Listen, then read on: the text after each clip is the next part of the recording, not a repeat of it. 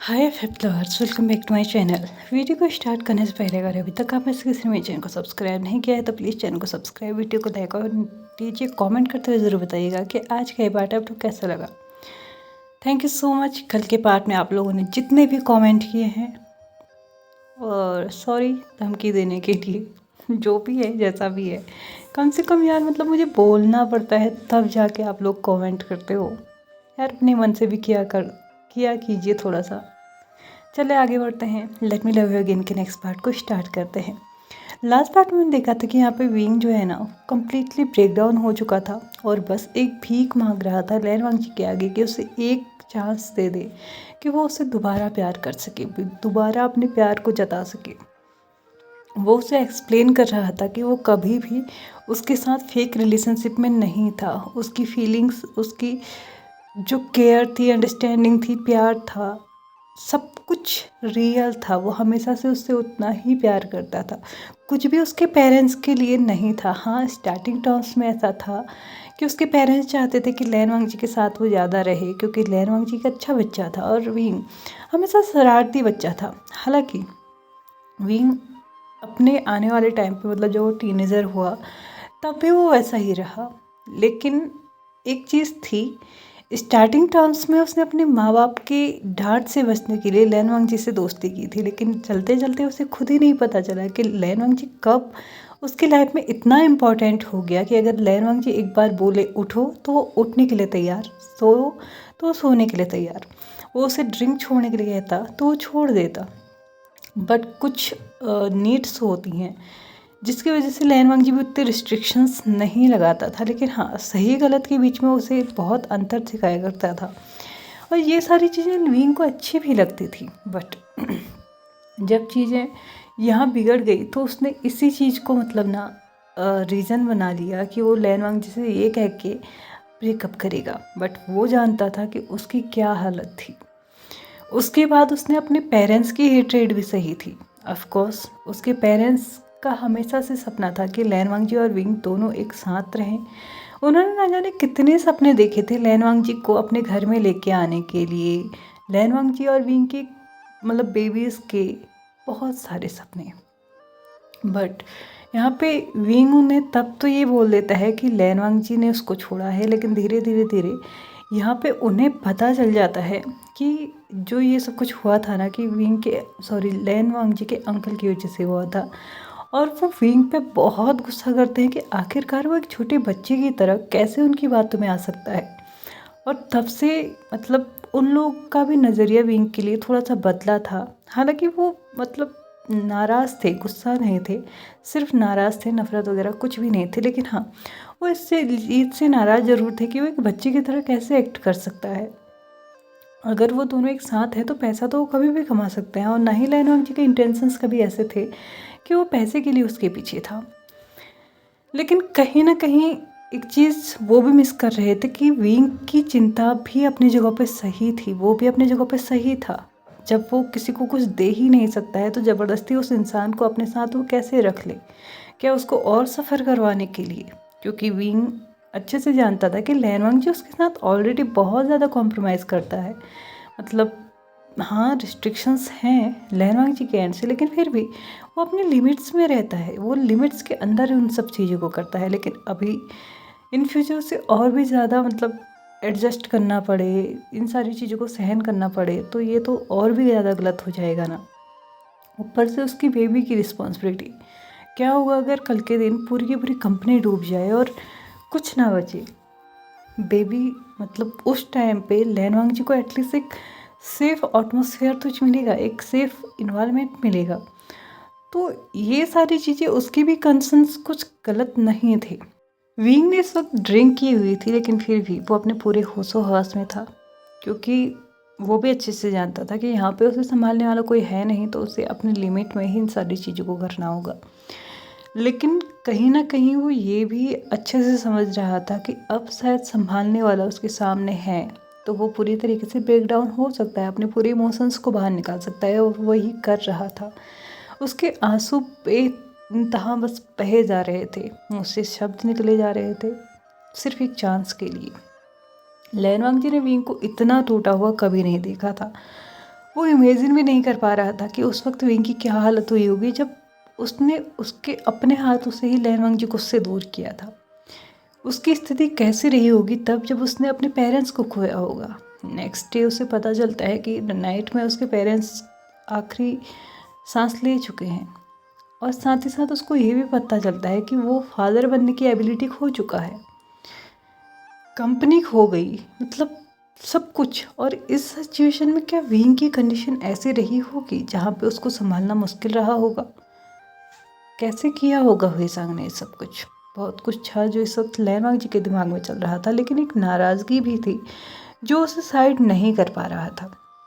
लैनवांग जी ने अपने हाथों को थोड़ा सा आगे बढ़ाया और विंग को अपने आर्म्स में ले लिया, और विंग ने भी एक छोटे बेबी की तरह उसके आर्म्स में अपने आप को बिल्कुल हाइड कर लिया।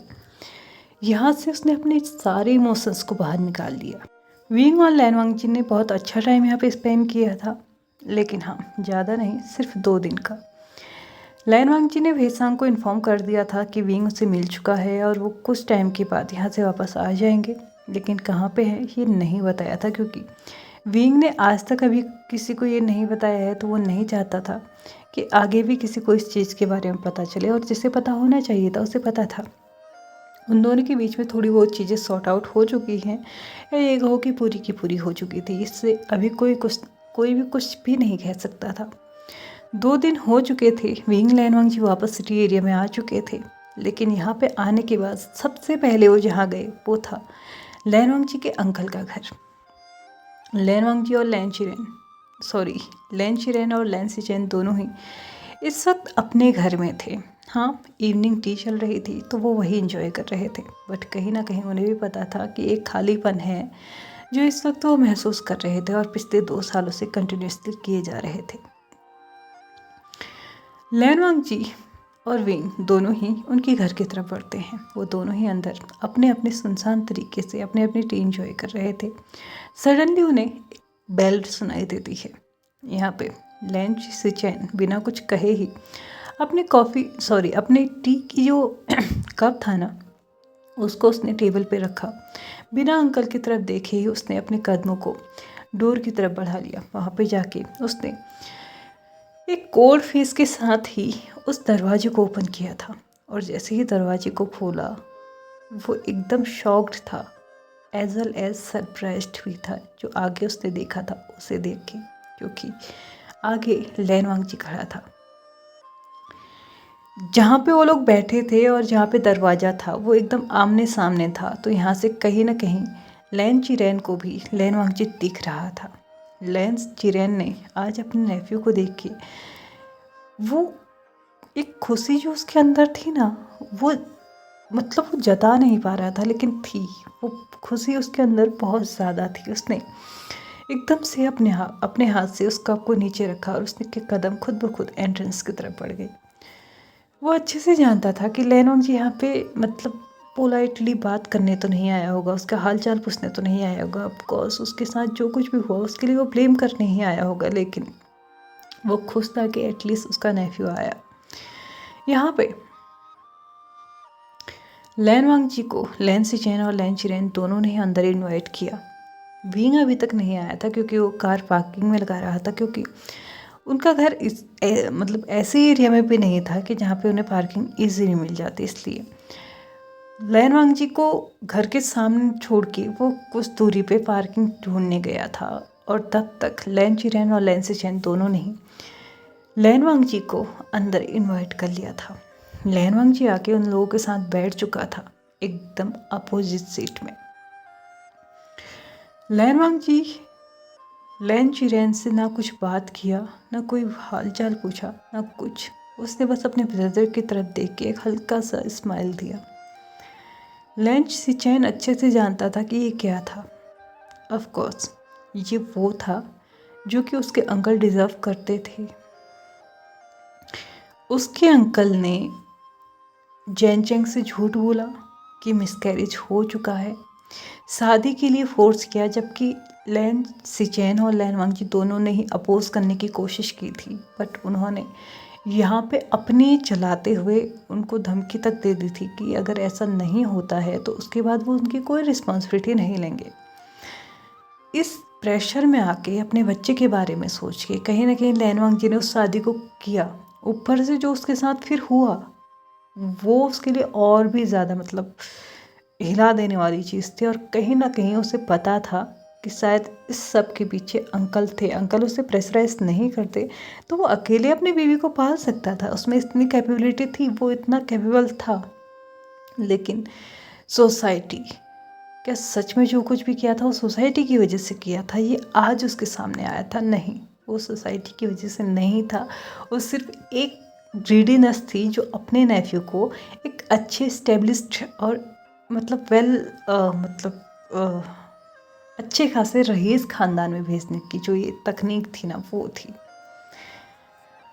लैन सिचेन कुछ बोल पाता उससे पहले ही लैनवांग जी ने उन दोनों के ही सामने कुछ रख दिया था, जिसे देख के वो दोनों ही काफ़ी शॉक्ड भी थे। ये एक मैरिज सर्टिफिकेट था। जो मैरिज सर्टिफिकेट टाइप मतलब उन लोग के वहाँ पे होते हैं ना, वो रेड कलर की बुक टाइप की, ये वो थी। लैन सिचेन और लैन चिरेन दोनों ही कंफ्यूज थे। ये क्या मतलब, कैसे और किसके साथ? क्योंकि उन दोनों को पता था कि लैनवांग जी जैनचेंग से डिवोर्स ले चुका है। क्या उन दोनों ने दोबारा शादी कर ली?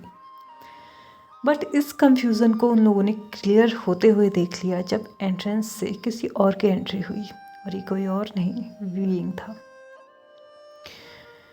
लैनवांग जी ने हल्का सा पीछे मुड़ के देखा, मतलब पूरा नहीं, हल्का सा, मतलब तिरछी आंखों से उसने वीइंग को अंदर आते हुए देख लिया था। वैसे तो उसने पहले ही महसूस कर लिया था, लेकिन फिर भी उसके तरफ देखते हुए, उसके बाद अपने अंकल की तरफ देखते हुए बोला, क्या आप हमें बधाई नहीं देंगे? क्या आप हमने अपनी ब्लेसिंग्स नहीं देंगे? आपने तो कोशिश बहुत की थी, लेकिन डेस्टिनी हमें जहाँ पहुँचाना चाहती है ना, हम वहाँ पहुँच जाते हैं अंकल। आपके डिसीज़न ने मेरी ज़िंदगी बर्बाद कर दी। आपके डिसीज़न ने किसी और की ज़िंदगी बर्बाद कर दी। आपकी ज़िद की वजह से हम तीनों ने सफ़र किया। आज अगर जैनचेंग अपनी मेंटल हेल्थ से गुजर रहा है ना, वो भी आपकी वजह से, सिर्फ और सिर्फ आपकी वजह से। मुझे कहने में बिल्कुल भी अच्छा नहीं लग रहा है, लेकिन सच में आप कभी भी एक अच्छे अंकल नहीं बन पाए। मुझे ये सोच के भी घिन आती है कि आप पैसों के पीछे भाग रहे थे, और किसके लिए? क्या आपने कभी मुझसे जानना चाहा कि मुझे पैसों की ज़रूरत थी या नहीं? एनीवेज, मेरे लिए आपको और ज़्यादा कुछ कहने के लिए है नहीं। मैं सिर्फ यहाँ पे ये दिखाने आया था कि जिससे आप नहीं चाहते थे कि मैं कभी शादी करूँ, जिसके साथ आप नहीं चाहते थे कि मैं कभी रहूँ, आज भगवान ने मुझे उसी के साथ भेज दिया है, और मैं बहुत खुश हूँ। उम्मीद है कि आप मेरी खुशी में खुश रहेंगे। अगर नहीं रह सकते तो मुझे और खुशी होगी कि आप मेरी खुशी देख के परेशान हैं, क्योंकि आप यही डिज़र्व करते हैं। उसने हल्के से लैन सिचेन की तरफ देखा, उसके बाद बोला, प्लीज़ अपनी लाइफ बर्बाद मत कीजिए। कोई है जो आपका इंतज़ार कर रहा है। कहीं ऐसा ना हो किसी और की ज़िद की वजह से वो आपके हाथ से निकल जाए और आप भी वैसे ही रिग्रेट करें जैसे कि मैं कर रहा हूँ, जैसे कि विंग कर रहा है। बट हमारे पास लकीली एक चांस था, तो हम लोगों ने उसका इस्तेमाल कर लिया। लेकिन आपके पास शायद वो चांस भी नहीं रहेगा। कोई भी इंसान गलत नहीं होता, उसे गलत बनाया जाता है। मैं आपके लिए इतना ही कह सकता हूँ कि प्लीज़ जाइए उसके पास, और आप प्लीज़ किसी और की लाइफ में इंटरफेयर करना बंद कीजिए। आप हमेशा सही डिसीजंस नहीं ले सकते, कहीं ना कहीं आप भी गलत होते हैं, तो इन चीज़ को एक्सेप्ट कीजिए। आज के बाद मैं इस घर में कभी नहीं आऊँगा, लेकिन हाँ, मैं आप लोगों को इनवाइट ज़रूर करना चाहूँगा। 2 दिन के बाद हम लोगों ने अपनी रिसेप्शन पार्टी रखी है, तो प्लीज़ ज़रूर आइएगा। ऐसा कहते हुए लैन वांगजी और विंग दोनों ही इस घर से बाहर जा चुके थे। लैन शीरेन उन दोनों को देख रहा था और लैन शीरेन अपनी आंखों से बहते हुए उन आंसुओं को रोकने की कोशिश कर रहे थे, जो कि शायद आज उनकी ऑर्डर्स को फॉलो करने के लिए बिल्कुल भी तैयार नहीं थे। उनकी आंखें एकदम नम हो चुकी थी। नमी इतनी ज़्यादा थी कि वो नमी कब उनकी आंखों से बाहर निकल गई, कब उनके गालों तक पहुंच गई, उन्हें पता ही नहीं चला। और कब उसका हाथ खुद ब खुद अपने फ़ोन की तरफ निकल गया। उसने खुद अपने फ़ोन में एक नंबर डायल किया और उसके बाद बोला, याओ मुझे तुमसे मिलना है, क्या तुम्हारे पास टाइम है? ये देखने के बाद लैन शीरेन बहुत ज़्यादा शॉक था। ऑफ कोर्स उसने याओ को कभी भी ऐसे अपने नेफ्यू के स्पाउस के रूप में एक्सेप्ट नहीं किया था, वो भी इसलिए क्योंकि वो एक लीगल वारिस नहीं था जिन्स का। ये मैंग याओ की बात है, ये हम थोड़ी देर के बाद डिस्कस करेंगे। लेकिन अब लैन वांगजी और विंग का नेक्स्ट जो टर्न है हम उसमें जाते हैं। यहाँ पे लैन वांगजी एक्साइटेड था कि वो घर जाने वाले हैं, लेकिन विंग ने जिस तरफ मोड़ा था ना गाड़ी को, वो थोड़ा कंफ्यूज था क्योंकि वो उस रूट को जानता था, लेकिन उसे ये नहीं पता था कि आखिरकार यहाँ पे विंग का क्या काम है।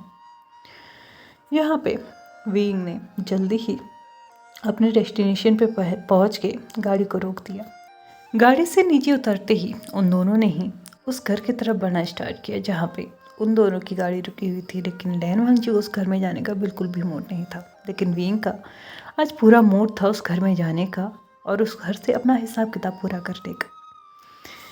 विंग फाइनली उस घर के अंदर गया, लेकिन जाने से पहले उसने एक फ़ाइल ज़रूर अपने हाथ में ले ली। यहाँ पे उस घर के अंदर जाते जाते उसे कुछ सर्वेंट्स मिले जिन्होंने उसे ग्रीट भी किया, और एट द एंड सेंटर में बैठा हुआ उसे वो इंसान मिला जिससे शायद मिलने वो यहाँ आया ही हुआ था। ये कोई और नहीं, चैन चेंग था। आखिरकार विंग अब क्या करने वाला है? क्या लैन वांगजी का सपोर्ट मिलते ही उसने सब कुछ वापस लेने का सोच लिया जो कि जियांग्स के पास है? क्या लगता है आपको? प्लीज़ कमेंट करके ज़रूर बताइएगा। आज के लिए इतना ही। वीडियो पसंद आया तो प्लीज़ लाइक से सब्सक्राइब एंड कमेंट करते भी जाइएगा। Thank you so much for watching my video and bye bye.